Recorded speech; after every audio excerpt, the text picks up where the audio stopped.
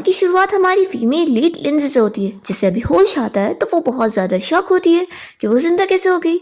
Actually में वो पिछली लाइफ में एक जनरल थी और बैटलफील्ड के टाइम पर मर गई थी। अब यहाँ पर वो सब समझ रही होती है कि वो रीबॉर्न हो चुकी है, वो भी एक लड़की की बॉडी में जो कि बहुत ही अमीर है।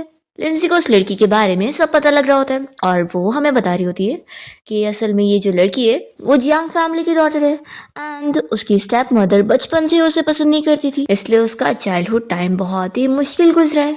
उसके बाद जो उसका चाइल्डहुड स्वीट हार्ट था शेन, उसने भी लिंसी को धोखा दे दिया था और लिंसी को पता लगा था कि वो उसकी स्टेप सिस्टर के साथ फ्लर्टिंग कर रहा है। जिसके बाद लिंसी ने फिर गुस्से में अरेंज मैरिज कर ली थी उस लड़के के साथ जिसको बचपन में उसकी बायोलॉजिकल मॉम ने उसके लिए चुनी थी और उनकी एंगेजमेंट फिक्स की थी, जो कि कोई और नहीं हमारा मेन लीड फैंग है।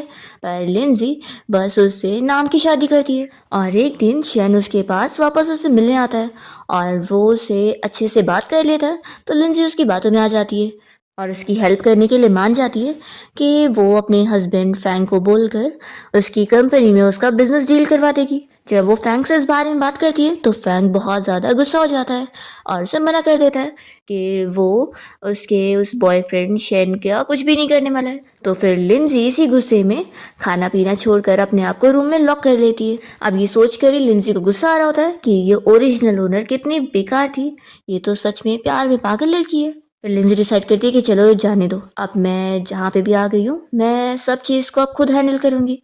फिर मेड बाहर से उसे आवाज़ दे रहे होते हैं और उसे उठा रहे होते हैं और कहने लगते हैं कि आखिर वो कब से मिस्टर फैंग से गुस्सा होकर खाना पीना छोड़ के रहेगी, ऐसे तो फिर वो बीमार हो जाएगी। फिर लिंजी दरवाज़ा खोल देती है तो एक मेड तो उसे देखकर खुश हो जाती है कि मैडम अच्छा हुआ कि आप कुछ खाने के लिए मान गई। पर यहाँ पर दूसरी मेड को तो बहुत ज़्यादा गुस्सा आ रहा होता है और वो लिंजी को बातें सुनाने लगती है और कहती है कि तुम अपने आप को समझती क्या हो, देखो तुम्हें भूख लगी है तो खा लो वरना मत खाओ, लेकिन हाँ ओल्ड मैन को तुम जाकर हमारे बारे में कुछ कंप्लेन मत करना, नहीं तो फिर वो सोचेंगे कि हम तुम्हें मिसट्रीट कर रहे हैं, नहीं तो तुम्हारी वजह से हमारी जॉब चली जाएगी। तो फिर दूसरी मेड माफ़ी मांगती है कि मैडम मैं इसकी तरफ से माफ़ी मांगती हूँ कि ये कुछ भी कही जा रही है। वो उस दूसरी मेड को समझाने लगती है कि तुम चुप हो जाओ, आखिर तुम मैडम से कैसी बातें कर रही हो। तो फिर वो मेड यहाँ पर नहीं मानती और कहती है कि मेरी कोई गलती है ही नहीं, आखिर ये कैसे इतना इतरा रही है, इसे खाना है तो खाए वरना मत खाए, वैसे भी कौन सा हमारे बॉस मिस्टर फैंग इसे कुछ मानते हैं। तो पर लिंसी को गुस्सा आता है और वो इसे उठा के पटक देती है और उसे समझा देती है कि दोबारा मुझे ऐसे उंगली दिखाकर बात मत करना, मुझे ये बदतमीजी बिल्कुल पसंद नहीं। तो फिर वो मेड उंगली दिखाने से डर जाती है पर फिर भी चिल्ला रही होती है कि मुझे पता लग गया तुम इतनी ज्यादा रूड हो, इसीलिए तो मिस्टर फैंग तुम्हें पसंद नहीं करते और कभी नहीं पसंद करेंगे। तो लिंसी फिर उसके हाथ पे पैर रखती है और कहती है कि तुमने फिर मुझसे बदतमीजी करी, लगता है तुम्हें मेरी बातें ठीक से समझ नहीं आ रही है, लेकिन हाँ तुमने एक बात सही बोली हो कि मैं बहुत ज्यादा रूड हूँ, तो अगर कोई मेरे साथ अपनी लिमिट क्रॉस करता है तो उसका कॉन्सिक्वेंस तो तुम अब जान गई हो, तो अब निकलो यहाँ से। तो फिर वो मेड डर के मारे यहाँ से चली जाती है। दूसरी मेड फिर यहाँ पर लिंजी से कहती है कि मैडम मैं आपके लिए खाना सर्व करती हूँ। फिर हम देखते हैं कि फैंग यहाँ पर लिंजी से मिलने के लिए घर पे आया होता है और वो लिंजी के पास आकर बैठता है और कहता है कि मैंने सुना कि तुमने कुछ दिन से कुछ खाई नहीं हो, पर फिर भी तुम में इतनी स्ट्रेंथ आ गई कि तुम मेड को मार रही हो। लिंजी फिर यहाँ फैंग को देखकर सोच होती है कि अच्छा तो ये ओरिजिनल ओनर का एक्चुअल हस्बैंड है, वैसे तो ये ठीक ठाक लग रहा है और दिखने में हैंडसम भी है, लेकिन हाँ ये मेरा हस्बैंड बनने के लिए क्वालिफाइड नहीं है क्योंकि मैं जनरल हूँ। यहाँ पर फैंग उससे एक डील करने आया होता है और कहता है कि तुम चाहती हो कि मैं तुम्हारे उस शेन की हेल्प करूँ तो मेरे साथ फिर तुम्हें ये कॉन्ट्रैक्ट साइन करना होगा। वो अपनी कंडीशंस बता रहा होता है कि पहला तो ये कि मैं चाहता हूँ कि आप क्योंकि तुम मेरी वाइफ हो तो तुम्हें वाइफ वाली ड्यूटी अच्छे से फॉलो करनी है, मैं नहीं चाहता कि बाहर से मुझे सुनने को मिले कि मेरी वाइफ मुझे चीट कर रही है। तो फिर लिंजी उसे कह देती है कि ठीक है मैं कसम खाती हूँ कि मैं ऐसा फालतू काम बिल्कुल नहीं करने वाली हूँ। फैंग अपनी दूसरी कंडीशन बताने लगता है कि मैं चाहता हूँ कि तुम कोई भी ऐसा काम मत करो जो मेरी फैमिली को एम्बैरेस करने वाला हो, मेरी फैमिली की रेपुटेशन तुम्हारी भी रेपुटेशन हुई। तो फिर वो कहती है कि ऑफ कोर्स। वो पूछती है कि क्या और भी कुछ, तो फैंग मन में सोचता है कि वो इतनी इजीली मान रही है। फिर वो अपनी थर्ड कंडीशन बता रहा होता है कि क्योंकि हम दोनों कॉन्ट्रैक्ट कपल है तो कम से कम हमें बाहर कपल बनने का प्रिटेंड करना होगा, हमारा ये मैरिज कॉन्ट्रैक्ट 1 साल का है तो 1 साल तक तुम्हें मेरी वाइफ बन के अच्छे से रहना है और हम लोग सेम रूम में रहेंगे, और फिक्र मत करो 1 साल बाद मैं तुम्हें डिवोर्स दे दूंगा और फिर तुम आज़ाद हो, तुम जिसको चाहो फिर उससे डेट कर सकती हो, मुझे उससे कोई प्रॉब्लम नहीं। रेंजी कहती है कि ठीक है, मुझे तुम्हारी ये सारी कंडीशन मंजूर है, लेकिन मेरी तरफ से एक कंडीशन है जो कि तुम्हें चेंज करना पड़ेगा। मैं कहना चाहती हूँ कि मैं तुम्हारी ये सारी कंडीशन इसलिए नहीं मान रही हूँ क्योंकि मुझे शैन की हेल्प करनी है, बिल्कुल भी नहीं, बल्कि मुझे तुमसे डिवोर्स के बाद एक अच्छा घर चाहिए ताकि मैं एक अच्छी लाइफ जी सकूँ। वो मन में सोच रही होती है कि मैं ये 1 साल इस घर में रहकर ओरिजिनल ओनर के खराब किए हुए सारे कामों को ठीक करूँगी और समझ लूँगी कि अब क्योंकि मैं यहाँ पर न्यू हूँ तो मुझे इस ज़माने को अडेप्ट करने के लिए थोड़ा तो टाइम लगेगा ही, तो ये 1 साल में ये सब चीज़ें सीखूंगी। तो फैंग ये सब सुनने के बाद कहता है कि ठीक है, मैं तुम्हें बहुत ही एक्सपेंसिव विला दिलाऊंगा, बहुत ही बड़ा सा। तो ये सुनते के साथ ही रंजी मना करती है कि नहीं, इसकी ज़रूरत नहीं है, मुझे एक छोटा सा भी घर चलेगा जिसमें कम से कम 2 रूम्स होने चाहिए और सामने अच्छा गार्डन होना चाहिए जिसमें मैं मार्शल आर्ट्स की प्रैक्टिस कर सकूँ। तो फिर ये सुनने के बाद फैंग उसके पास आता है और कहता है कि आखिर अब तुम कौन रही हो। लेंसी कहती है कि मेरे हस्बैंड फैंग, मैं तुमसे जो चीज़ कह रही हूँ ना, मैं अपनी बात पर अड़ी रहूंगी। मैंने जो तुम्हारी कंडीशंस मानने के प्रॉमिस कर रही हूँ वो मैं पूरा करूंगी और इस कॉन्ट्रैक्ट रिलेशन से हम दोनों को ही फ़ायदा है, तो हम दोनों ही एक दूसरे की लाइफ में इंटरफेयर नहीं करेंगे। तो फिर फैंग इसके लिए मान जाता है और हैंडशेक के लिए हाथ आगे बढ़ाता है, पर लिंसी तो पुराने जमाने वाला उसे रिस्पेक्ट देकर चली जाती है। तो ये देखकर ये शौक होता है और वो भी वैसे ही कर रहा होता है।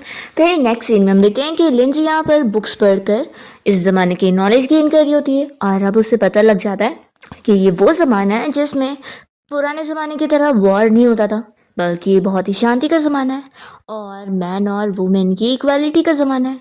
ये सब पढ़कर वो खुश होती है कि फिर तो कितनी अच्छी बात है। फिर तभी इतने में लिंजी के पास वही बदतमीज़ वाली मेड उससे कहने आई होती है कि मिस यून तुमसे मिलने आई हुई है, तो अगर तुम्हें ज़रा सी मैनर है ना तो उनसे मिलने जाओ, गेस्ट को ऐसे वेट नहीं करवाते। लिंजी फिर उसे गुस्से में देखती है और चिल्लाती है कि तुम्हें अगर मुझसे मार ना खाना हो ना तो मेरे मुंह मत लगो। तो फिर वो मेड जल्दी से डर के भाग जाती है। फिर दूसरी वाली मेड आती है, उसे इस बारे में पूछ रही होती है कि मिस्टर फैंग के छोटे भाई कल पूरी रात से घर नहीं आए, तो फिर मुझे आपसे पूछना था कि इसका क्या करना है।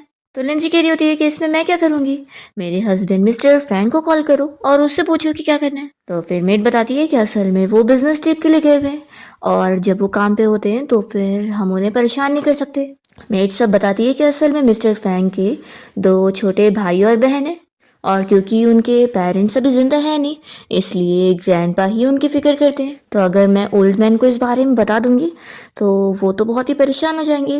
लिंजी जब ये सुनती है तो उसे थोड़ा बुरा लगता है कि फैंग के जो 2 भाई बहन हैं उन लोगों के पास पेरेंट्स ही नहीं उन्हें संभालने के लिए, तो फिर वो लोग कितने बेचारे हैं। लिंजी डिसाइड करती है फिर कि आखिर मैं फैंग के छोटे भाई की सिस्टर इन लॉ, तो मेरे ऊपर भी जिम्मेदारी है और क्योंकि आखिर मैंने उसे प्रॉमिस कर रही हूँ कि इस फैमिली की रेपुटेशन को मैं बचाऊंगी, तो फिर मेरे ऊपर अभी ये सारी जिम्मेदारी है जो कि वो हैंडल करने के लिए मान जाती है।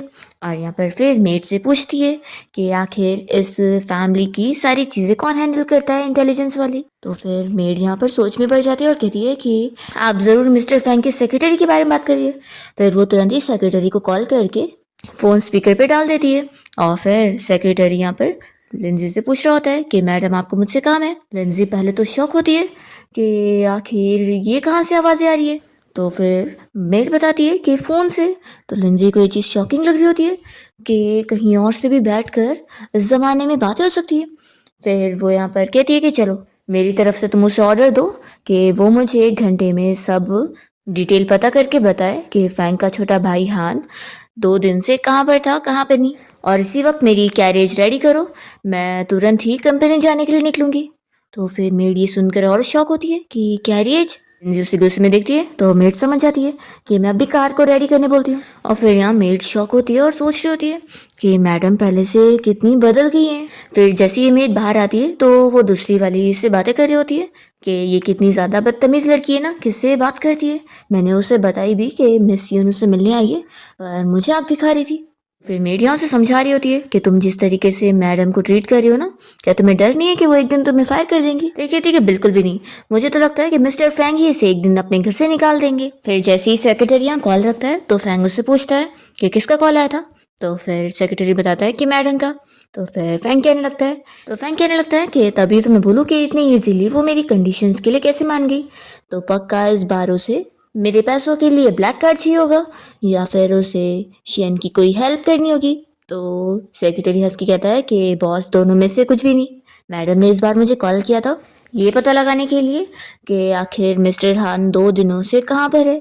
तो फिर ये सुनकर फैंग कहता है कि मुझे तो पता ही नहीं था कि लिंजी और हान इतने क्लोज है। तो सेक्रेटरी कहता है एक्चुअली में उसका छोटा भाई हान कई दिन से क्लास मिस कर रहा है और कल रात तो वो घर भी नहीं आया है, तो इसलिए मुझे लग रहा है कि आपकी वाइफ उन्हें डिसिप्लिन सिखाना चाहती है। तो फैंग कहता है कि वो उसे डिसिप्लिन नहीं सिखा पाएगी क्योंकि ज़्यादा से ज़्यादा हान क्या करेगा, रोक कर जाके ग्रैंडपा को कंप्लेन कर देगा। फिर हम देखते हैं यहाँ पर लिंजी को जो कि अच्छे से तैयार हो जाती है। उसे अपने स्टाइल वाला कोई ड्रेस मिल जाता है और वो अपने पुराने ही लुक में यहाँ पर तैयार होकर नीचे आती है अपनी स्टेप सिस्टर यून से मिलने के लिए। यून उसे देखकर खुश होती है कि सिस्टर फाइनली तुम मुझे देखने के लिए मान गई। लिंजी पूछती है कि मुझे डायरेक्टली बताओ कि तुम्हें क्या काम है। तो फिर यून कह रही होती है कि सच में मेरे और शैन के बीच में कुछ भी नहीं है, तुमने सब मिसअंडरस्टैंड कर लियो। उस दिन बस मेरे पैर में मूंछ आ गई थी और शैन मेरी हेल्प कर रहा था। तो लिंजी कहती है कि तो क्या। तो यूनो से कह रही होती है कि देखो तुम मुझे गलत समझ रही हो, तो तुम चाहे मुझे डांट लो मार लो लेकिन ऐसे गुस्सा मत हो। लिंजी इसकी बातों को इग्नोर करते हुए मेट से पूछती है कि क्या मेरी कैरेज रेडी है। तो फिर मेट पहला तो शौक होती है कि वापस से वो कैरेज बोल रही है, तो यहाँ पर वो कह देती है कि हाँ रेडी है। लिंजी एक और ऑर्डर देती है कि अगली बार से घर में ना डॉग अलाउड होंगे और ना ही ये यून भी। तभी जल्दी से यून उसके पास जाकर कहने लगती है कि ऐसा क्यों कर रही हो। तो फिर लिंजी पहले तो उसका हाथ हटाती है और कहती है कि क्योंकि मुझे तुम्हारी तरह अपना टाइम नहीं वेस्ट करना है। मुझे अच्छी तरीके से पता है कि तुम्हें कोई वो शैन पसंद है नहीं, तुम बस उसे मुझसे छीनने के लिए उसके पीछे लगी हुई है और कुछ नहीं। तुम्हें पता है कि मैं इन सब पे बिलीव नहीं करूंगी, इसलिए ही तुम मेरे सामने जानबूझ के ट्रबल करने आई, मुझे परेशान करने के लिए। लेकिन सच में मैं तुम्हें समझा दूं कि तुम्हें अपनी ये प्रीशियस टाइम को इस फालतू चीजों में नहीं वेस्ट करना चाहिए। ये सब बोलकर लिंजी तो यहाँ से चली जाती है और यून बस शौक खड़ी देखती रह जाती है। दूसरी तरफ हम देखते हैं कि फैंग का छोटा भाई अपने सारे फ्रेंड्स लोग के साथ वीडियो गेम्स खेलने में लगा होता है। तभी वो लोग उससे पूछते हैं कि वैसे तो 2 दिन से घर भी नहीं गया और इतनी क्लास भी मिस कर रहा है और हमारे साथ गेम्स खेल रहा है, तो क्या तेरा भाई वो मिस्टर फैंग गुस्सा नहीं होगा। तो हान कहता है कि तुम लोग क्या डर रहे हो, वैसे भी वो रिसेंटली घर भी नहीं आता, तो आखिर वो मेरी क्या केयर करेंगे, तुम लोग डरो मत। तो फिर ये लोग कहते हैं कि तेरे भाई मिस्टर फैंग की तो अभी जल्दी शादी हुई थी ना, तो भी वो घर नहीं जाते। वैसे अगर मिस्टर फैंग यहाँ पर नहीं आए तो कहीं तेरी सिस्टर इन लॉ आ गई तो। हान को यकीन होता है कि वो आ ही नहीं सकती है, वैसे भी उसके पास पैसे कहाँ रहते हैं, वो एक इंटरनेट फी तो हैंडल नहीं कर सकती है। तो अगर वो मुझसे फालतू का पंगा लेंगी तो मैं उनसे अपने सारे पैसे वापस ले लूंगा और उन्हें रिग्रेट करवा दूंगा कि उन्होंने मेरे भाई से शादी क्यों करी। तभी लिंजी यहाँ पहुंच जाती है और कहती है कि तुम मेरे बारे में क्या कह रहे हो। तो फिर हान कहने लगता है कि तुम यहाँ पर कैसे, ये जगह पर तुम्हें नहीं आना चाहिए। लिंजी कहती है कि अच्छा तुम यहाँ पर आ सकते हो और मैं नहीं आ सकती, ऐसी कौन सी जगह है ये। फिर यहाँ पर हान के फ्रेंड्स पूछने लगते हैं कि ये लड़की कौन है, क्या तेरी गर्लफ्रेंड है। तो फिर ये कहता है कि क्या बकवास कर रहे हो, ये मेरे बड़े भाई की वाइफ है। तो फिर ये लोग बोलते हैं कि तू तो कह रहा था कि तेरी सिस्टर इन लॉ एक अगली मॉन्स्टर है, हमें तो ये कितनी ब्यूटीफुल लग रही है। तो हान कहता है कि तुम लोग चुप ही बैठो और फिर वो लिंजी को चिल्लाने लगता है कि अगर मैंने अपने भाई को बता दिया ना कि तुम यहाँ पर आकर मुझे परेशान कर रही हो, तो फिर देखना मेरा भाई कल ही तुमसे डिवोर्स ले लेगा। तभी फिर लिंजी कुछ नहीं कहती और यहाँ से चली जाती है। तो हान और उसके फ्रेंड्स खुश हो जाते हैं और कहते हैं कि तू तो बड़ा कमाल कर, सच में वो तुरंत ही तेरे से डर के चली गई। तो ये कहता है कि वही तो, तुम लोगों ने मुझे कम समझा हुआ है। तभी इन लोगों का सारा गेम कट हो जाता है और फिर ये लोग सोचे पड़ जाते हैं कि आखिर ये कैसे खराब हो गया। तभी इतने में लिंजी यहाँ पर आती है और दिखाती है कि उसने ही सारा कनेक्शन कट कर दी। वो यहाँ पर हान के मुंह पर ये सारे वायरस को फेंक देती है, तो वो गुस्सा होता है और लिंजी के ऊपर हाथ उठाने जाता है, तो वो उसका हाथ मोड़कर यहाँ पर उसे सबक सिखाती है। तो ये शौक होता है कि आखिर ये इतनी स्ट्रांग कैसे हो गई। तो यहाँ पर फिर हान अपने फ्रेंड को हेल्प करने के लिए बोलता है कि तुम लोग देख क्या रहे हो। तो यहाँ पर फिर एक फ्रेंड हेल्प करने आता है तो लिंजी उसे भी गिरा देती है और कहती है कि तुम जैसे मामूली लड़के मेरे से फाइट नहीं कर पाओगे। हान को चिल्ला कर कहती है कि तुम और घर से बाहर रहोगे और घर वालों को परेशान करोगे। तब यहाँ पर हान का एक फ्रेंड कीबोर्ड लेकर मारने आ रहा होता है, पर लिंजी को देख के वो डर जाता है और तुरंत ही नील डाउन होकर माफी मांगने लगता है और कहता है कि हान तुम्हें घर जाना चाहिए, सिस्टर इन लॉ तुम्हारी कितनी फिक्र कर रही है। हान यहाँ पर लिंजी से कहने लगता है कि तुम्हें क्या लग रहा है कि मैं तुमसे फाइट नहीं कर पाऊंगा, बल्कि मैं एक अच्छा लड़का हूँ इसलिए मैं लड़कियों से फाइट नहीं करता। लिंजी कहती है कि ठीक है फिर मैं तुम्हें लड़की बना देती हूँ, फिर तो तुम मुझसे फाइट कर पाओगे ना। तो फिर हान कहता है कि तुम कैसी हो, क्या एक लड़की होकर तुम्हें बिल्कुल भी शर्म नहीं है, तुम ऐसी बातें कर रही हो। लिंजी कहती है कि अभी तुमने ही तो ये बात निकाले ना, तो तुम्हें लगता है लड़की बनना है। देखो मैं एक लास्ट बारी पूछ रही हूँ कि तुम मेरे साथ अभी घर चलोगे या फिर नहीं चलोगे। ऐसा बोलकर वो उसका हाथ खींच रही होती है। तो फिर हान डर के मारे मान जाता है कि ठीक है मैं चल रहा हूँ। लिंजी उसे अपने मुंह से जोर से बोलने बोलती है और यहाँ से फिर लेके जाती है। फिर हम देखते हैं कि मेड यहाँ घर पे परेशान हो रही होती है कि मैडम को यंग मास्टर हान मिले होंगे कि नहीं। अभी इतने में फैंग घर पे आया होता है और वो मेड से पूछता है कि आखिर लिंजी घर पे है कि नहीं। तो फिर मेड बता देती है कि वो अभी तो घर नहीं आई है। तो फैंग सोचता है कि मुझे उससे ज़्यादा एक्सपेक्टेशन रखनी नहीं चाहिए। फिर वो बताता है कि वो करने के लिए, ऐसा कहकर वो भी चला जाता है। फिर वो बदतमीज़ वाली मेड यहाँ पर इसे कहने लगती है कि देखा मैंने बोली थी ना कि मिस्टर फैंग बिल्कुल भी उस पागल लड़की को इम्पोर्टेंस नहीं देते। और देखना मुझे पूरा यकीन है कि मिस्टर हान को भी वो पसंद नहीं है, तो वो तो उसके साथ बिल्कुल नहीं आने वाले। फिर हम देखते हैं कि लिंजी जब यहाँ घर आती है तो मेड उसे देखकर खुश होती है कि उसके साथ हान भी आया हुआ है। तो फिर ये दूसरी वाली मेड सोचती है कि पक्का मास्टर हान तो खुद अपना आए होंगे और कोइंसिडेंटली वो बाहर गेट के बाहर मिल गए होंगे। फिर यहाँ पर हान तो पहले की तरह मेड से कह रहा होता है कि खाना मेरे रूम में ले आना, मैं भी गेम खेलने जा रहा हूँ। फिर यहाँ पर लिंजी उसे गुस्से में आवाज़ देती है। तो फिर वो डर जाता है और कहता है कि मेरे पास बहुत टाइम है, तो पहले मैं डिनर करूंगा और फिर ही अपने रूम में जाऊंगा। और वो मन में सोचता है कि आखिर ये कितनी डरावनी है। फिर हम देखते हैं कि हान और लिंजी दोनों साथ में बैठ के डिनर करते हैं, जिसके बाद फिर लिंजी एक एंटीक को और उसे हाथ लगाने जा रही होती है। तो यहाँ पर फिर हान आता है और बताता है कि मेरे भाई ने ये बहुत ही महंगे पैसों में खरीदा है और ये उसके लिए कितना प्रीशियस है। लेंजी सोचती है कि ये तो मेरी मामूली सी बॉटल थी और आखिर इसका प्राइस यहाँ पर इतना ज़्यादा है। हान कहता है कि तुमने कभी इतनी प्रीशियस चीज़ देखी नहीं होगी ना, चलो मैं तुम्हें एक और एंटीक दिखाता हूँ। वो उसे एक और दिखा रहा होता है और बता रहा होता है कि पता है ये जेड और ये जो बाउल है, असल में ये पुरानी ज़माने में जनरल जियांग का हुआ करता था, जो कि मेरे भाई ने बहुत ही महंगे पैसे में खरीदा है और उसके लिए ये भी बहुत ही प्रीशियस है। यहाँ पर लिंजी तो सोच रही होती है कि उसकी सारी पुरानी चीज़ों की वैल्यू इतनी बढ़ गई है। फिर ये कहने लगता है कि सच में तुम्हारा सरनेम भी जियांग है और वो जनरल जियांग जो थी उसका भी। तो देखो तुम दोनों ही लेडीज हो, लेकिन तुम दोनों के बीच में कितना डिफरेंस है ना, वो तो कितनी पावरफुल थी। तो लिंजी कहती है कि मुझे अच्छे से बताओ कि क्या डिफरेंस है, मुझ में क्या कमी है। तो फिर ये कहता है कि वो आखिर एक इंडिपेंडेंट वुमेन थी और इतनी अच्छी फाइटर थी, पर तुम तो एक नॉर्मल सी लड़की हो जो कि मैन के ऊपर डिपेंड हो। लिंजी कहती है कि लगता है तुम्हें तो वो जनरल जियांग बहुत ही पसंद है। तो ये कहता है कि ऑफ कोर्स मुझे बहुत ही पसंद है, वो इतनी एक्सीलेंट जो है, और तुम्हें पता है मुझे ही नहीं बल्कि मेरे भाई को तो वो और भी ज़्यादा पसंद है। और वैसे यहाँ पर लिंजी की और भी ज़्यादा तारीफ़ें कर देता है। तो लिंजी फिर पुरानी चीज़ें याद करके इमोशनल जाती है और कहती है कि वैसे तुम भी जनरल जियांग की तरह बन सकते हो और अब मैं अपने रूम में जा रही रेस्ट करने के लिए, ऐसा बोलकर वो चली जाती है। तो फिर हान खुश हो जाता है कि यानी मैं भी उस जनरल की तरह बन सकता हूँ, पहली बार मुझे किसी ने इतना अच्छा कॉम्प्लीमेंट दिया। फिर वो अपनी मेट को बुलाता है और कहता है कि मेरे लिए उस मार्शल आर्ट इंस्ट्रक्टर को कांटेक्ट करो और बोलो कि आखिर ऐसे कैसे वो मुझे बेकार सी मार्शल आर्ट सिखा रहा है, उसके पैसे मुझे रिफंड चाहिए। फिर रात में हम देखते हैं कि लिंजी को अपनी पुरानी लाइफ का सपना आ रहा होता है, तो फिर वो उठ जाती है और अपने पुराने एंटीक को देखकर चीज़ें याद कर रही होती है। तभी इतने में फैंग घर पे आया होता है और वो लिंजी को देखकर कहने लगता है कि मुझे पता नहीं था कि तुम्हें स्लीप वॉकिंग की आदत है। तो लिंजी कहने लगती है कि मैंने सुनी थी कि तुम तो आज घर नहीं आने वाले हो। तो फिर वो कहता है कि अगर मैं घर नहीं आता तो मुझे पता कैसे लगता कि मेरा ये बात तुम्हारे लिए इतना इंपॉर्टेंट है। लिंजी कहती है कि बिल्कुल नहीं, तुम ज़्यादा सोच रहे हो। फैंग कहता है कि सॉरी, मुझे ऐसा नहीं बोलना चाहिए था। तो लिंजी कहती है कि मैं भी कोई इतनी बुरी नहीं हूँ जो ऐसे छोटे मैटर को लेकर गुस्सा होंगी। फैंग फिर सोचने पड़ जाता है कि वो कितनी बदल चुकी है। फिर वो मन में सोच रहा होता है कि वैसे मैंने सुना था कि इसने ही आज हान को इंटरनेट कैफे से घर लेकर आई है, इसलिए वो उसकी तारीफ करने लगता है कि मैंने एक्सपेक्ट नहीं किया था कि तुम हान को सच में घर लेकर आ जाओगी। वो ऐसे तो किसी की भी नहीं सुनता है, पर उसने पहली बार किसी की सुना है और वो तुम हो। लिंजी कहती है कि इतनी तारीफ करने की जरूरत नहीं क्योंकि ये मेरी ड्यूटी थी। फैंग कहता है कि क्या मैं तुमसे ये पूछ सकता हूँ कि जब तुम इस वास को देख रही थी तो तुम्हारे माइंड में क्या चल रहा था।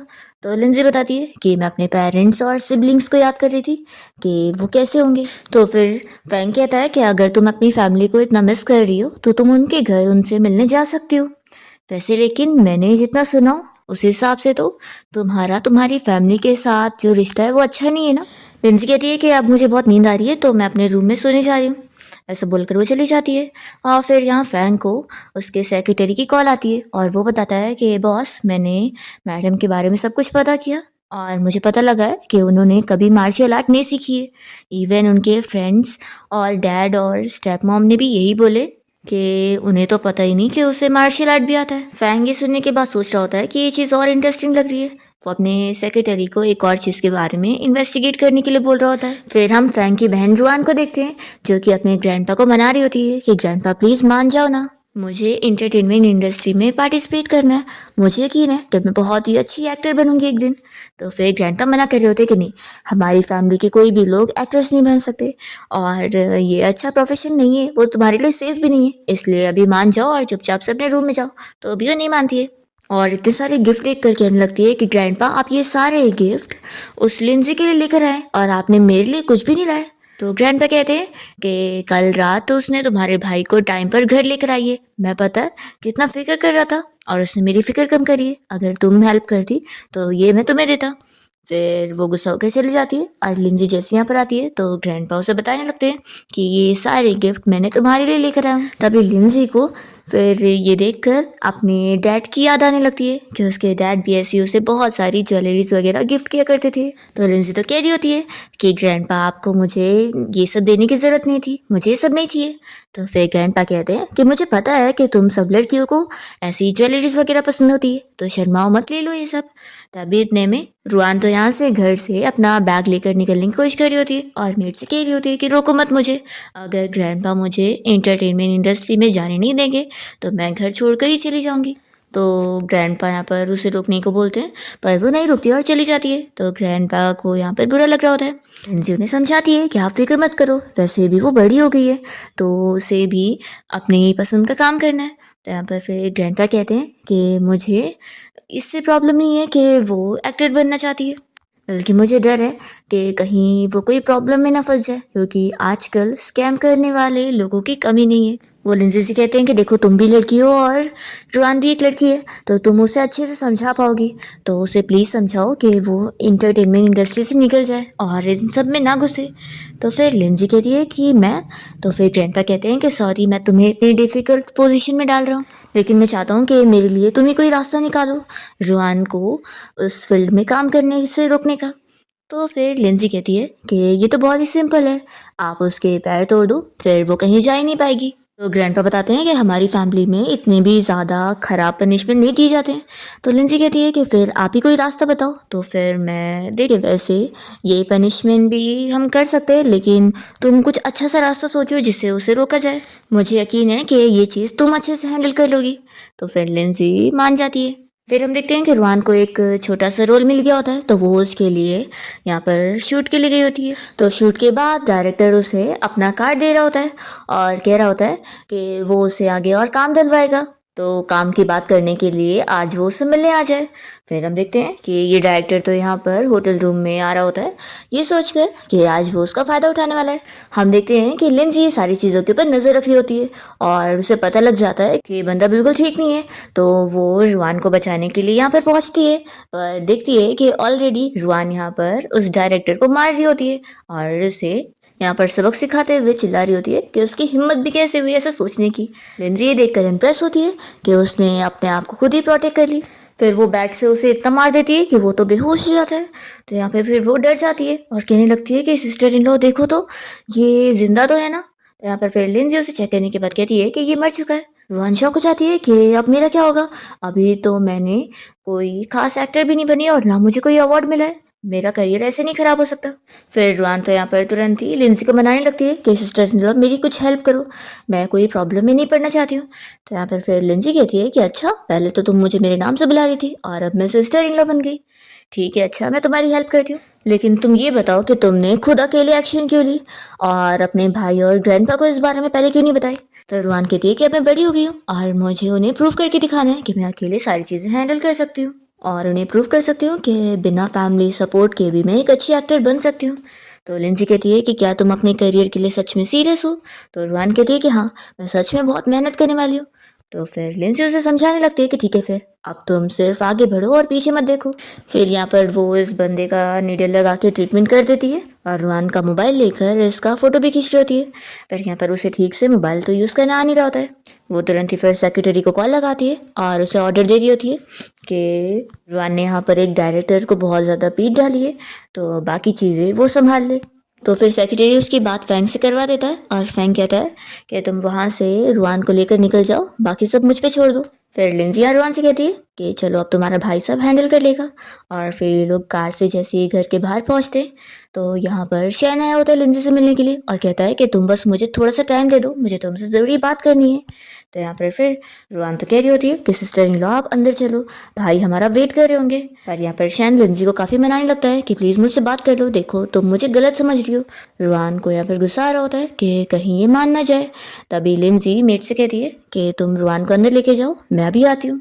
तो फिर इस बात पर रुआन को गुस्सा आ जाता है कि ये क्या अभी भी मेरे भाई को चीट करना चाहती है और वो गुस्से में अंदर चली जाती है। फिर हम देखते हैं फैंग को जो कि कार से अभी घर के बाहर ही पहुंचता है और वो लिंजी और शैन को बातें करते हुए देखकर यहीं पर ही रुककर सुन रहा होता है। शैन लिंजी से कहने लगता है कि मुझे नहीं पता कि यून ने तुम्हें क्या बोली है कि तुमने सब मिसअंडरस्टैंड कर ली, लेकिन देखो मेरे और उसके बीच में सच में कुछ नहीं चल रहा है और इसलिए तुम कुछ भी गलत मत समझो। और वो ये सब कहते हुए लिंजी से हेल्प मांग रहा होता है कि वो फैंग की कंपनी के साथ उसके बिजनेस डील करवाने में हेल्प कर दे।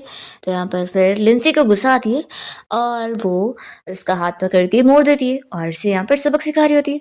तो फिर फैंग ये देखकर खुश हो जाता है और सोचता है कि वो सच में काफ़ी बदल चुकी है। शैन लिंसी से कहने लगता है कि ये तुम मेरे साथ कैसे बिहेव कर रही हो, क्या तुम्हें कुछ हो गया है? तो फिर ये कहती है कि आखिर तुम मेरा टाइम वेस्ट करने के लिए क्यों आए। लिंजी शैन को समझाने लगती है कि तुम्हें जो पागल लड़की लाइक करती थी ना वो ऑलरेडी मर चुकी है और मैं वो नहीं हूँ, इसलिए दोबारा अगर तुम यहाँ पर मेरा टाइम वेस्ट करने की सोची भी ना कि तो मैं तुम्हारा पैर ही तोड़ दूंगी। तो अगर तुम्हें नहीं चाहिए होगा तभी आकर मुझे परेशान करना। और फिर इसे छोड़कर लिंजी जैसी अंदर जाने लगती है तो यहाँ पर फैंग तेजी में कार चलाकर इस शैन को डराता है और फिर वो लिंजी के पास आता है और उसे कोट से कवर करता है। लिंजी कहती है कि अच्छा तो तुम यहीं पर खड़े होकर सब देख रहे थे। तो वो कहता है कि हाँ मैं देख रहा था कि मेरी वाइफ फाइटिंग करते वक्त कितनी ब्यूटीफुल लगती है। तभी यहाँ पर शैन फैंग को बातें सुना रहा होता है कि लिंजी तुम्हें कभी लाइक नहीं करने वाली है, सोचना भी मत कि तुम उसके लायक क्यों, बिल्कुल नहीं। तो फिर फैंग को गुस्सा आती है और वो अपने सेक्रेटरी को ऑर्डर देता है कि इसे पकड़ के यहाँ से बाहर निकालो, इसका ऐसे मुंह नहीं चलना चाहिए। फिर हम देखते हैं कि यहाँ रुआन जैसी घर पे आई होती है तो वो अपने भाई हान से कहने लगती है कि देखो मैं कितनी ज़्यादा ब्यूटीफुल लग रही हूँ। तो फिर वो कहता है कि तुम्हारे पैर ठीक कैसे, मैंने सुना था ग्रैंडपा से कि लिंजी तुम्हारे पैर तोड़ने गई है तुम्हें घर लाने के लिए ताकि तुम वापस से एंटरटेनमेंट इंडस्ट्री में ना जाओ। तो रुआन कहती है कि सिस्टर इन लॉ मेरे साथ ऐसा बिल्कुल भी नहीं करेंगी और उन्होंने तो कहा है कि वो तो उल्टा मेरी हेल्प करने वाली है। तो हान को तो ये चीज़ बहुत ही शॉकिंग लग रही होती है और रुआन सोच रही होती है कि अगर वो लिंजी उस शैन की बातों में आकर फिर से उसे फूल बन गई ना तो मैं उसे अपनी सिस्टर इन लॉ फिर से नहीं मानूंगी। रुआन मेट से कहती है कि सिस्टर इन लॉ ने जो मेरे लिए केक लेकर आई है वो ला कर दो, मैं खाऊंगी। तो ये सुनकर हान शॉक हो रहा होता है। तो ये बताती है कि हाँ सिस्टर इन लॉ ने मुझे बोला है कि मैं डाइटिंग करने के चक्कर में इतना जो केक को छोड़ रही हूँ वैसा ना करूँ, आज थोड़ा सा खा लूँ, तो इसलिए मैं थोड़ा सा खाने वाली हूँ। तो यहाँ पर फिर हान गुस्सा आने लग जाता है और लिंजी से कहने लगता है कि सिस्टर इन लॉ आपने सिर्फ इसके लिए केक लेकर आई हो, मेरे लिए नहीं, आप मेरे लिए भी कुछ खाने को ले आती। तो लिंजी कहती है कि ठीक है अगली बार मैं कहीं जाऊंगी तो मुझे बता देना, तुम्हारे लिए भी ले आऊंगी अगर सस्ता हुआ तो फिर ये कहता है कि फिर आपको मेरे लिए डबल लाना पड़ेगा, एक से नहीं चलेगा। तो फिर ये कहती है कि ज़्यादा लकब मत आजमाओ, ऐसे बोलकर अपने रूम में चली जाती है। तो ये लोग बस हंस रहे होते हैं और फिर रुआन और हान साथ में खेलने लग जाते हैं। तो ये देखकर फैंग बहुत ही खुश होता है कि अब लिंजी की वजह से उसके घर में कितनी हैप्पीनेस आ गई है और सब कितने खुश हैं। फिर नेक्स्ट सीन में हम देखते हैं कि फैंग जब रात में अपना शावर ले रहा होता है तो लिंजी यहाँ पर उससे बात करने आती है और कहती है कि मुझे तुमसे ना एक हेल्प चाहिए। फैंग कहता है कि क्या? तो लिंजी कहती है कि ये तुम अच्छे से जानते हो। तो वो कहता है कि तुम चाहती हो कि मैं ग्रैंडपा को मनाऊं कि वो रुआन को एंटरटेनमेंट इंडस्ट्री में जाने दे। देखो ग्रैंडपा नहीं मानने वाले और मैं भी नहीं मानूंगा। तो फिर यहाँ पर लिंजी से समझा रही होती है कि ठीक है तुम्हारी मर्जी है, लेकिन मैं बता दूं कि इसमें लॉस मेरा नहीं है बल्कि तुम्हारा ही है। वो उसे समझाती है कि अगर वो अपने ब्रदर और सिस्टर को उनकी मर्जी की चीज़ें नहीं करने देगा तो फिर वो लोग भी खुश नहीं रहेंगे और फिर वो लोग उसके अगेंस्ट भी जा सकते हैं। तो इसलिए बेहतर है कि उन्हें सपोर्ट किया जाए और उन्हें अच्छे से ठीक से समझाया भी जाए। फैंग को लिंजी की बातें समझ आ रही होती है और वो कहने लगता है कि सच में तुम पहले से काफ़ी बदल चुकी हो और अब मुझे बहुत ही क्यूरियोसिटी होती है तुम्हें और जानने के लिए। लिंजी फिर उसे बात करती है रुआन को सपोर्ट करने के लिए। तो फिर ये कहता है कि आखिर तुम रुआन को इतना क्यों सपोर्ट कर रही हो। लिंजी कहती है कि शायद इसलिए क्योंकि मेरी भी एक छोटी बहन थी। लिंजी अपनी पिछली लाइफ की चीज़ें याद कर रही होती है कि उसकी छोटी बहन भी अपने दम पर कमाना चाहती थी। लिंजी उसे कहती भी है कि मॉम डैड और वो दोनों तो कमा रहे हैं और उनके पास इतना पैसा भी है, तो भी उसकी छोटी बहन कहती है कि मैं भी कुछ अपने पैसे से खरीद कर आप लोग को गिफ्ट देना चाहती हूँ और अपने आप को प्रूफ करना चाहती हूँ कि मैं भी आप लोग के लिए कमा सकती हूँ और कुछ भी कर सकती हूँ। तो फिर लिंजी ने तभी भी अपनी सिस्टर को सपोर्ट करी थी और इस वजह से वो यहाँ पर रुआन को अपनी छोटी बहन समझ रही होती है। फैंग इसके लिए मान जाता है और फिर नेक्स्ट डे वो जैसे ही ऑफिस जाने के लिए तैयार होता है तो रुआन उससे पूछी होती है कि भाई क्या आप भी केक खाओगे। तो वो कहता है कि नहीं तुम ही खाओ और फिर वो उसे परमिशन दे देता है कि वो एंटरटेनमेंट इंडस्ट्री में काम करने जा सकती है, अब वो उसे नहीं रोकेगा। तो ये सुनकर रुआन बहुत ज़्यादा खुश होती है और जल्दी से भाग कर जाकर उसे हक कर लेती है और कहती है कि भाई थैंक यू, आप मान गए, इससे ज़्यादा मुझे और कोई खुशी नहीं मिल रही है। सिस्टर इन लॉ ने बोली थी कि वो आपको मना लेंगी। रुआन कहती है कि भाई सॉरी, लास्ट टाइम मेरी वजह से आप लोग को वो प्रॉब्लम क्रिएट करना पड़ा होगा, उसके लिए कितना पैसा गया आपका, लेकिन मैं प्रॉमिस करती हूँ कि अगली बार ऐसा मैं आपका कोई भी नुकसान नहीं करवाऊंगी। तो फिर फैंग कहता है कि ये कुछ भी नहीं था, बस मैं चाहता हूँ कि अगली बार तुम अपना और भी अच्छे से ख्याल रखना। तो रुआन पूछती है कि वैसे भाई क्या आपने सिस्टर इन लॉ को बिल्कुल भी पैसे नहीं दिए? कल मैंने सुनी थी कि उन्होंने कहा था कि उनके पास बिल्कुल भी पैसे नहीं है। तो फिर ये कहता है कि फिक्र मत करो, मैं तुम्हारी सिस्टर इन लॉ को अच्छे खासे पैसे ट्रांसफ़र करवा दूंगा।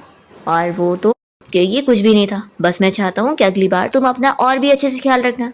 तो रुआन इसके लिए प्रॉमिस कर लेती है। रुआन पूछती है कि वैसे भाई क्या आपने सिस्टर इन लॉ को बिल्कुल भी पैसे नहीं दिए? कल मैंने सुनी थी कि उन्होंने कहा था कि उनके पास बिल्कुल भी पैसे नहीं है। तो फिर ये कहता है कि फिक्र मत करो, मैं तुम्हारी सिस्टर इन लॉ को अच्छे खासे पैसे ट्रांसफ़र करवा दूंगा। और वो तो उसके सारी चीज़ों के बारे में सोच कर ही इम्प्रेस हो रहा होता है कि वो कितनी अच्छी फाइटर भी है। फिर रुआन यहाँ पर फैंग को हार्ट दिखाने लगती है और कहती है कि भाई आप जल्दी से काम करके आओ और सेफली जाना। तो फिर वो ये देखकर खुश होता है। फिर रुआन लिंजी को बताने लगती है कि सिस्टर इन लॉ भाई ने मुझे एंटरटेनमेंट इंडस्ट्री में काम करने के लिए देने के लिए मान गए, तो फिर अब मैं जा रही हूँ अपना नया रोल ढूंढने के लिए और शूटिंग के लिए। तो फिर लिंजी कहती है कि पहले तो अभी तुम्हें अपनी एक्टिंग क्लास के लिए जाना होगा और साथ ही मार्शल आर्ट भी सीखना होगा, क्योंकि ये तुम्हारे लिए अभी ज़्यादा ज़रूरी है और मैंने तुम्हारे भाई से इस बारे में बात भी कर ली हूँ। देखो तुम्हें खुश होना चाहिए कि इस ज़माने में लड़कियों को पूरा फ्रीडम है कि वो सीख सकती है हर चीज़, तो इसलिए इस बात का पूरा यूज़ करो। तो फिर रुआन उसे कहती है कि ठीक है सिस्टर इन लॉ, और फिर रुआन लिंजी को अपने साथ क्लास के लिए लेकर जाती है।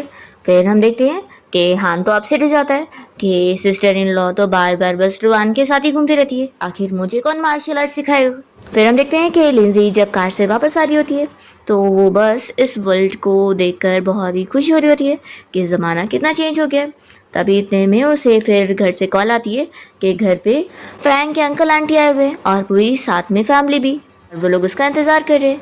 फिर यहाँ पर हम देखते हैं कि ये पूरी फैमिली लिंजी के बारे में बात कर रहे होते हैं और मेडी ने लिंजी के बारे में सब बताते हुए बुराइयां कर रही होती है कि वो कितनी ख़राब है, बहुत ही रूड भी, और मुझे हमेशा तंग करती रहती है और मिस्टर फ्रैंक को भी वो ठीक से ट्रीट नहीं करती है और लास्ट टाइम उन्होंने यंग मास्टर हान को भी मारी थी। तो ये सुनकर अंकल को गुस्सा आ रहा होता है। तभी फिर फ्रैंक की कज़िन कहने लगती है कि डैड आपको नहीं पता है कि वो एक छोटी फैमिली से आई हुई है, तो आखिर उसे आता क्या होगा, उसकी फैमिली भी उसे पसंद नहीं करती। तो फिर अंकल कहने लगता है कि मैं मानता हूँ कि ग्रैंडपा की वजह से ही फ्रैंक को उस लिंजी से शादी करनी पड़ेगी, लेकिन आखिर वो लड़की कितनी बदतमीज़ है, तो एल्डर होने के नाते मेरे ऊपर रिस्पॉन्सिबिलिटी है कि मुझे उसे डिसिप्लिन सिखाना चाहिए। फिर लिंजी जब यहाँ घर पहुँचती है तो वो मेड से पूछने लगती है कि हान कहाँ पर है। तो फिर मेड बताती है कि यंग मास्टर हान सुबह सुबह ही अपनी क्लास के लिए चले गए। लिंजी कहती है कि ठीक है, फिर मैं भी अपने रूम में जा रही हूँ बुक रीड करने के लिए, थोड़ी देर में मेरे लिए स्नैक लेकर आना। ऐसा बोलकर वो जा ही रही होती है। तभी यहाँ पर फ्रैंक के अंकल उसे आवाज़ देते हैं। तो फिर वो रुकती है और यहाँ पर पूछती है कि क्या मुझे बुलाया जा रहा है। तो फिर फ्रैंक की कज़िन कहने लगती है कि ऑफ कोर्स तुम्हें बुलाया जा रहा है, क्या तुम्हें दिख नहीं रहा है कि यहाँ पर हम लोग कितने सारे लोग बैठे हुए हैं और तुम्हारा इंतज़ार कर रहे हैं। तो फिर वो पूछती है कि बताओ क्या काम है मुझसे। तो फिर वो अपना नाम बताने लगती है। लिंजी कहती है कि आखिर तुम्हारा मुझसे क्या लेना देना है। तो फिर वो कहती है कि आखिर मैं तुम्हारे हस्बैंड की कजिन हूँ। तो लिंजी कहती है कि फिर तुम्हें मुझे सिस्टर इन लॉ बोलना चाहिए। तो भी वो मान नहीं रही होती है, कहती है कि तुम आखिर हो कौन, तुम कोई वैल्यू नहीं रखती हो, तो मैं तुम्हें सिस्टर इन लॉ क्यों बोलूँ। तो लिंजी भी कह देती है कि फिर मेरी नज़रों में भी तुम्हारी कोई वैल्यू नहीं है। तभी यहाँ पर अंकल उसे डांटने लगते हैं कि सच में तुम कितनी बिगड़ी हुई लड़की हो, तुम्हें मैं यहाँ डिसिप्लिन करने आया हूँ। तो फिर लिंजी सुनने के बाद नीचे आती है और कहती है कि अच्छा तो अंकल आप मुझे डिसिप्लिन करेंगे, लेकिन वो करने से पहले आपको मुझे कोई रीज़न भी तो देना पड़ेगा ना, नहीं तो ऐसे कैसे आप मुझे कोई भी डिसिप्लिन सिखाएंगे। और अगर आपका रीज़न ये हुआ कि मैंने आपकी बेटी के साथ बदतमीजी करी हो, तो फिर आपको ये भी देखना पड़ेगा कि आपकी बेटी ने पहले मेरे साथ बदतमीजी करी है और पहले आप उसको रूल सिखाए, मुझे नहीं। तो फिर आंटी चिल्लाती है कि तुम कैसी बदतमीज हो जो बड़ों से ऐसे बात कर रही हो। तभी यहाँ पर कजिन ब्रदर कहने लगता है कि मॉम डैड आप लोग इतना इज्जत से इसे क्यों बात कर रहे हैं, इसे तो सीधा मार के सबक सिखाना चाहिए। वैसे भी ब्रदर फैंग भी इसकी कोई वैल्यू नहीं करते, और ऐसे बोल कर ये इसके ऊपर हाथ उठाने जा रहा होता है और लिंजी यहाँ पर इसे मार के नीचे गिरा देती है। फिर वो वापस से उठता है और कहने लगता है कि तुम्हारी इतनी हिम्मत कि तुम मुझे मारोगी। वो वापस से उठकर मारने आ रहा होता है तो लिंजी वापस से उसे गिरा देती है, और ये देखकर अंकल भी शॉक रह जाते हैं। लिंजी कहती है कि अंकल आपको ना मुझे डिसिप्लिन सिखाने से पहले अपने बेटे को सिखाना चाहिए, देखो कितना नाजुक कर लिए, इसे तो कुछ आता ही नहीं। अगर ये इस तरीके का नाजुक रहेगा तो आखिर आपकी फैमिली को आगे कंटिन्यू कैसे कर पाएगा, ये तो रेपुटेशन भी खराब कर देगा फैमिली की। फिर आंटी कहने लगती है कि तुमने मेरे बेटे को इतना मारी हो। फिर यहाँ पर अंकल गुस्से में अपना कोट उतारते हैं और लेंसी के ऊपर हाथ उठाने आते हैं, पर तभी इतने में यहाँ पर फैंग आ जाता है और कहता है कि अंकल आपकी इतनी हिम्मत कैसी हुई, क्या आप मेरी वाइफ को यहाँ मारने के लिए आगे बढ़ रहे हैं। फिर चली से अंकल बताने लगते हैं कि फैंग तुम एकदम सही टाइम पर आए हो, देखो तुम्हारी वाइफ ने कैसे तुम्हारे ब्रदर को इतना मारी है। तो फैंग कहता है कि पहली बात तो ये कि यहाँ कैमराज लगे हुए, और दूसरी बात ये कि मैं ब्लाइंड नहीं हूँ, आपको मेरे ना रहने पर किसने इतनी हिम्मत दिया कि आप मेरी वाइफ को ऐसे बुली करने आएंगे, और अगर अब उसने आपको मारी है तो अब आप उसकी कंप्लेंट कर रहे हैं मुझसे। अंकल शॉक हो जाता है और सोचता है कि ये तो अपनी वाइफ की कोई वैल्यू नहीं करता था ना, तो आज उसे डिफेंड कैसे कर रहा है। फिर अंकल तुरंत ही कहने लगता है कि सॉरी मिसअंडरस्टैंडिंग हो गई है। फैंग यहाँ पर ऑर्डर दे देता है कि इस लड़के ने मेरी वाइफ को मारने की कोशिश की है, अब मैं इसे अपनी कंपनी में बिल्कुल भी काम नहीं करने देने वाला हूँ। तो फिर उसके अंकल कहते हैं कि तुम ये क्या बात कर रहे हो, फिर तुम्हारे इस कजिन ब्रदर के फ्यूचर का क्या होगा। फैंग कहता है कि इसने मेरी वाइफ को बुली किया है, ये मेरा भाई बनने लायक है ही नहीं। और फिर फैंग यहाँ से अपने अंकल और सभी लोगों को जाने के लिए बोल देता है। तो उसके अंकल कहते हैं कि तुम इस लड़की के लिए हमारी बेइज्जती करोगे। तो वो कहता है कि अंकल मैंने तो अच्छे से बोला था, लेकिन लगता है आपको अपनी इज्जत की कोई पड़ी ही नहीं है। तो फिर ये अंकल और उसकी पूरी फैमिली यहाँ से तुरंत ही चले जाते हैं, और फिर यहाँ पर लिंजी उसी बदतमीज वाली मेट को बुलाती है और कहती है कि तुम अपनी इस मंथ की सैलरी लो और जाओ यहाँ से। तो फिर मेड यहाँ पर खूब ड्रामे करने लगती है और कहती है कि आखिर आप कैसी बातें कर रही हैं, मैं इतने सालों से इस फैमिली के लिए काम कर रही हूँ और आखिर आप मुझे ऐसे ट्रीट नहीं कर सकती हैं। तो फैंग कहता है कि ये तुम खुद अच्छे से जानती हो कि तुम यहाँ पर किस तरीके से काम कर रही हो, मुझे तुम जैसी धोखेबाज पर्सन की हमारे घर में कोई ज़रूरत नहीं है। फिर ये अंकल और उसकी फैमिली जब बाहर आते हैं तो आंटी यहाँ पर अपने हस्बैंड से कह रही होती है कि देख लो तुम्हारा ये नीफ्यू किस तरीके से हमें ट्रीट कर रहा है, और तुम्हारे बेटे को भी इसने कंपनी से भी बाहर निकाल दिया, अब इसके पास जॉब भी नहीं है, सोच लो ये कैसा है। और फिर यहाँ पर अंकल और ये पूरे फैमिली लिंजी के, और वो यहाँ पर जिसे इतना गुस्सा होता है कि उसे अब वापस से अपने सिस्टर इन लॉ नहीं मानते हुए अपने फ्रेंड लोग से कह रहा होता है कि अब उसे उसकी कोई नहीं पड़ी है, वो यहाँ आराम से गेम खेलेगा। तभी इतने में फिर उसे न्यूज़ सुनने को मिलती है कि उसके अंकल की फैमिली उसके घर गए थे और उन्होंने उसकी सिस्टर इन लॉ को परेशान करे। ये सुनते के साथ ही वो तुरंत ही यहाँ से निकल जाता है। तो फिर इसके फ्रेंड कहते हैं कि वो तो बोल रहा था कि उसे अपनी सिस्टर इन लॉ की बिल्कुल फिक्र नहीं है। हम देखते हैं कि यहाँ पर लिंजी और फैंग घर पर होते हैं, और लिंजी यहाँ पर फैंग की बनाई हुई कुकीज़ इंजॉय कर रही होती है और वो फैंग को भी खिलाती है। तो फिर फैंग कहता है कि अगर तुम्हें ये इतना पसंद है तो मैं तुम्हें कोई डेजर्ट शॉप भी लेके चलूँगा। लिंजी कहती है कि नहीं, इतना भी मैं शुगर वाली चीज़ें नहीं खाती। ये बोलकर वो चली जाती है। फिर यहाँ घर पे हान आया होता है और वो पूछ रहा होता है कि अंकल की फैमिली ने सिस्टर इन लॉ को परेशान किया है। तो ये कहता है कि फिक्र मत करो, तुम्हारी सिस्टर इन लॉ ने भी उन्हें अच्छे सबक सिखाई है और उन्हें भी मैं छोड़ने वाला नहीं हूँ। तो यहाँ पर फिर हान खुश होता है और फैंग सोचता है कि मैंने ये एडमिट कर लिया कि वो आखिर मेरी वाइफ है। फिर इसके बाद हम देखते हैं कि लिंजी यहाँ पर हान के पास आती है, तो फिर वो उसे मना रहा होता है कि वो उसे आखिर अच्छे से मार्शल आर्ट सिखा दे, पर लिंजी कहती है कि अभी नहीं, अभी तुम इसके लिए तैयार नहीं हो। फिर हम देखते हैं कि फैंग को उसके सेक्रेटरी की कॉल आती है और वो उसे लिंजी की और भी कुछ इन्फॉर्मेशन पता करके बता रहा होता है कि असल में लिंजी का तो कोई ब्रदर और सिस्टर है ही नहीं और ना ही उसकी स्टेप मॉम वाली फैमिली के साथ उसका कोई अच्छा रिलेशन है। और सेक्रेटरी कह रहा होता है कि बॉस आपको नहीं लगता कि लगता है मैडम का कोई अल्टरनेट मोटिव है। तो फैंग यहाँ पर फिर याद कर रहा होता है कि लिंजी तो अब उसके फैमिली के बारे में कितना सोच रही है और वो लास्ट टाइम उसे सिखा भी रही थी कि उसे अपने ब्रदर और सिस्टर का ख्याल रखना चाहिए। तो फैंग को बिल्कुल भी लिंजी के ऊपर अब शक नहीं होता और वो अपने सेक्रेटरी को और उसके बारे में इन्वेस्टिगेट करने के लिए मना कर देता है। फिर नेक्स्ट डे लिंजी ने ब्रेकफास्ट बनाई होती है तो पूरी फैमिली साथ बैठकर ब्रेकफास्ट कर रहे होते हैं और आज तो फ्रैंक भी अभी तक कंपनी नहीं गया होता है तो लिंजी उससे पूछ रही होती है। तो फिर वो कहता है कि मैंने डिसाइड किया कि अब से मैं रोज़ 1 घंटा लेट जाऊंगा ताकि हम लोग सब जन साथ में ब्रेकफास्ट करें और मेरी कंपनी की जो एम्प्लॉयज़ हैं वो लोग भी आराम से अपनी फैमिली के साथ ब्रेकफास्ट करके आए। तो ये सुनने के बाद लिंजी भी इम्प्रेस हो जाती है और उसका भाई हान भी शौक होता है कि भाई आप इतने बदल कैसे गए। फिर ये लोग यहाँ पर लिंजी की तारीफ करते हैं कि उसने इतना अच्छा खाना बनाना कैसे सीखी। तो फिर वो बताती है कि अपनी मॉम से। फैंग भी लिंजी का खाना खाकर बहुत ही खुश हो रहा होता है और फिर वो कहता है कि चलो अब मैं कंपनी चलता हूँ और हाँ आज जो छुट्टी लेकर घर आ रहा है। तो ये सुनने के बाद ये लोग यहाँ पर शॉक हो रहे होते हैं और फिर तभी इतने में जो यहाँ पर पहुंच भी जाता है जो कि इन लोगों का स्टेप ब्रदर है। वो सभी को बारी बारी हेलो बोलता है और लिंजी को भी सिस्टर इन लॉ बोलकर हेलो कह रहा होता है। जो शॉक होता है कि तुम लोग पहली बार साथ में बैठ के ब्रेकफास्ट कर रहे हो। तो फिर रुआन और हान दोनों बताते हैं कि असल में हमारी सिस्टर इन लॉ ने इतना अच्छा ब्रेकफास्ट बनाई है तो हम कैसे नहीं खाएंगे। फिर फैंग तो यहाँ से अपना कंपनी चला जाता है और हान तो लिंजी के पीछे लगा होता है कि अब आपको मुझे मार्शल आर्ट वगैरह सिखाने होगा फिर मैं आर्मी के लिए जाऊंगा। लिंजी कहती है कि अभी तो तुम्हें बहुत चीज़ें पढ़नी है। फिर यहाँ पर वो उसके रूम में आकर बहुत सारी बुक्स वगैरह देख रहा होता है और कहता है कि सिस्टर इन लॉ आप इतनी बुक्स क्यों पढ़ती हो। तो फिर वो कहती है कि क्योंकि मुझे इस दुनिया के बारे में और जानना है। तभी यहाँ पर जो आया होता है और वो जब यहाँ पर हान को कुछ भी कह देता है तो इन लोगों के बीच में झगड़ा होने लग जाता है। फिर लिंजी तो दोनों को ही मार मार के सबक सिखाती है और इन्हें सीधा कर रही होती है कि आखिर वो दोनों ऐसे कैसे फाइट कर सकते हैं। तभी जब ग्रैंडपा जब घर आते और लिंजी को ऐसे उन लोगों को डिसिप्लिन सिखाते हुए दिखते तो वो काफी इंप्रेस होते हैं कि मेरी ग्रैंड डॉटर इन लॉ तो कितनी समझदार है उसे सब कुछ हैंडल करना आता है और उसने फैमिली को कितना अच्छा कर दिया। और फिर ग्रैंडपा यहाँ पर लिंजी की तारीफें करते हुए मेड से कहते हैं कि ठीक है अब मैं चलता हूँ मुझे अपनी ग्रैंड डॉटर इन लॉ पर यकीन है कि वो अब सब कुछ अच्छे से संभाल लेगी। फिर वो चले जाते हैं और यहाँ पर हम देखते हैं कि रुआन अभी घर पे आई होती है और वो बताती है कि सिस्टर इन लॉ मेरी क्लास खत्म हो गई लेकिन अभी मैं काफी थकी हुई हूँ तो मैं रूम में जा रही रेस्ट करने। तो यहाँ पर फिर लिंजी कहती है कि ठीक है तुम जाओ अच्छे से रेस्ट करो। तो हान कहता है कि वो लड़की है इसलिए आप उसे छोड़ दीजिए। तो यहाँ पर लिंजी फिर इन दोनों को और डांट रही होती है और इन दोनों को ट्रेन करने से लिंजी को अपना भाई याद आ रहा होता है।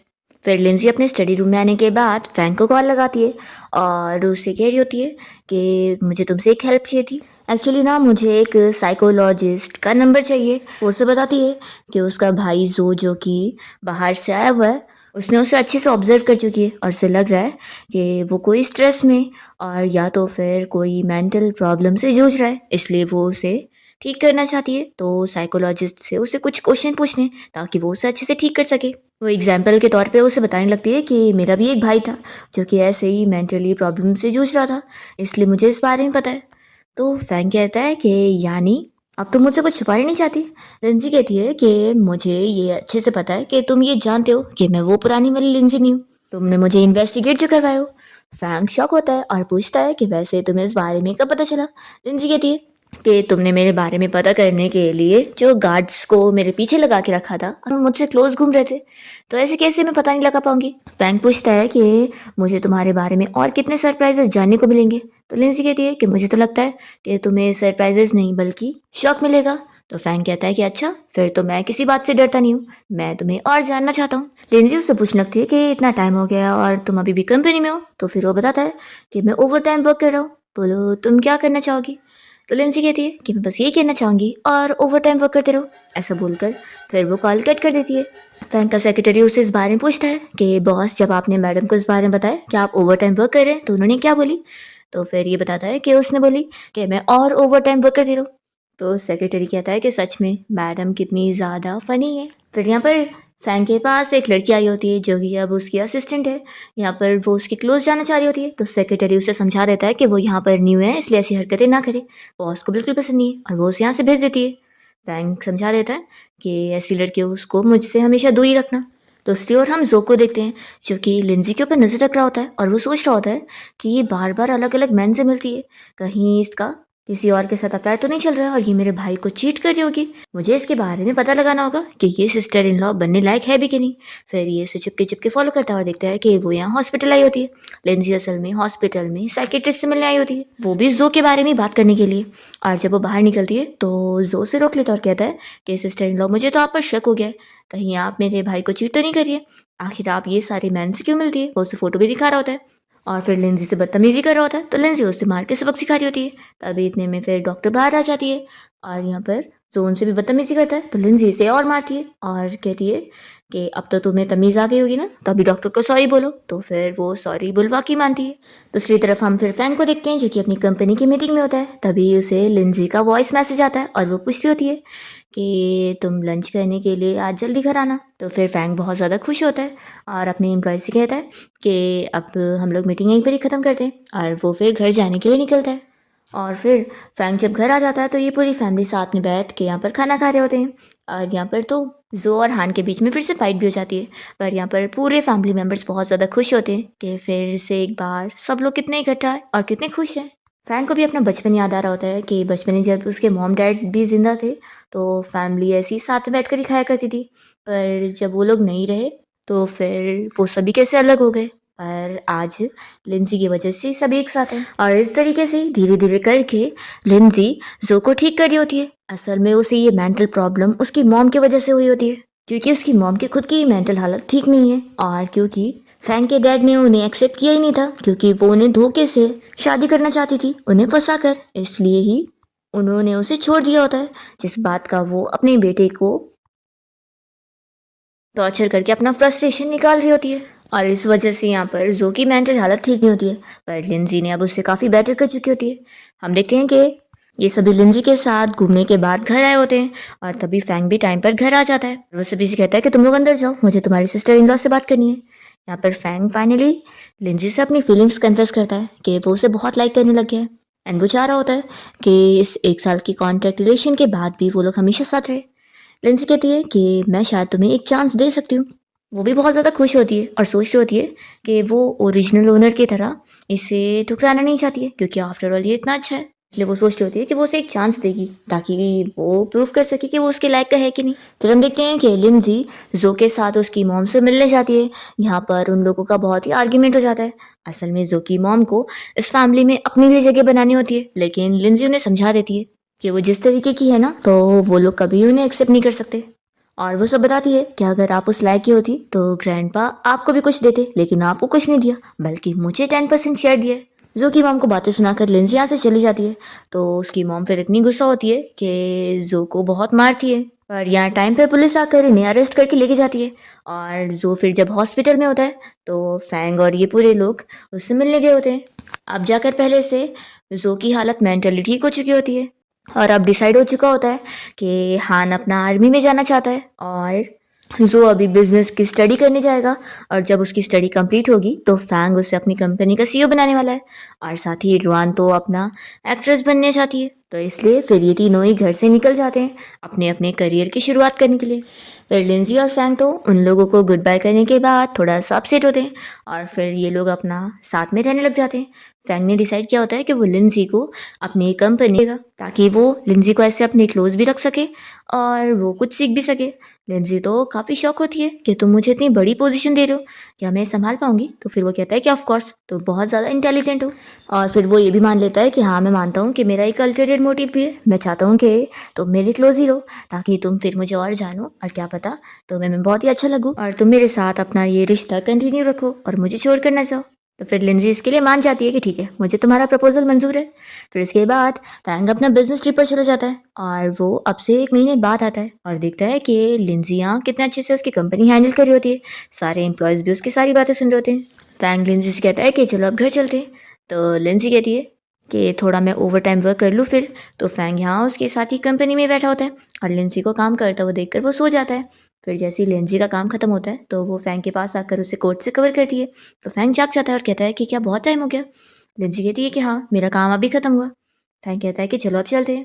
और वो लिंजी को कोट पहनाता है और फिर लिंजी उसे का हाथ पकड़ के अपने साथ लेकर जाती है। जब ये लोग कार में बैठकर जाने वाले होते हैं तभी यहाँ पर वही लड़की आई होती है जो कि फैंग की असिस्टेंट थी। असल में ये लड़की उसके फ्रेंड की बेटी होती है और यहाँ पर लिंजी को बातें सुना रही होती है कि तुमसे ज़्यादा मैं डिजर्व करती हूँ फैंग की वाइफ बनना। यहाँ पर फैंग उसे कितनी बार समझाता है कि तुम्हें आखिर समझ नहीं आता कि मैं तुम्हें बिल्कुल लाइक नहीं करता, मेरे पास वाइफ भी है।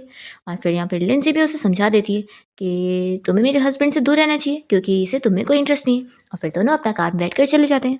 फिर जब दोनों घर आते हैं तो साथ थोड़ा अच्छा टाइम स्पेंड करते हैं। यहाँ पर लिंजी फैंग के साथ उसे निशाना लगाना सिखा रही होती है जैसा कि वो पुराने टाइम में किया करती थी। नेक्स्ट मॉर्निंग जब फैंग उठता है तो उसे मेड से पता लगता है कि लिंजी ऑलरेडी कंपनी में काम करने चली गई। तो फैंग सोचता है कि सच में मैं यहाँ अपनी वाइफ के साथ थोड़ा डेटिंग टाइम स्पेंड करना चाहता हूँ और वो तो कितनी वर्कहोलिक है। फिर हम देखते हैं कि लिंजी बिजनेस ट्रिप पर जाती है जहाँ पर वो ऐसे लोगों से मिलती है जिन्हें पैसों की और चीज़ों की ज़रूरत है। तो वहाँ पर वो डोनेशन करती है और लोगों की हेल्प करती है क्योंकि पिछली लाइफ में भी वो ऐसे ही लोगों की कितनी हेल्प किया करती थी। और दूसरी ओर फैंग के दोनों भाई और बहन अपना अपना करियर में काफ़ी आगे बढ़ चुके होते हैं और अपना सीखने में ही लगे होते हैं। और फिर छुट्टी पर सभी घर आए होते हैं और क्योंकि आज फैंग का बर्थडे होता है तो ये सभी बाहर डिनर करने के लिए गए होते हैं। लिंजी तभी यहाँ पर फैंग को एक जेट गिफ्ट करती है जो कि फैंग देखते ही पहचान जाता है और उसे ये भी याद आता है कि लिंजी ने जो उसके लिए सूट तैयार करी थी उसे देखकर टेलर ने भी पिछली बार कह दिया था कि ये कोई नॉर्मल टेलर सिल ही नहीं सकता है, ये तो एम्परर के टाइम वाला स्पेशल वर्क है। और क्योंकि ये जेट किसी और का ही नहीं लिंजी का ही होता है और क्योंकि वो उसकी जनरल वाली आइडेंटिटी को अच्छे से जानता है इसलिए यहाँ पर फैंग तो बहुत ही इम्प्रेस हो जाता है कि लिंजी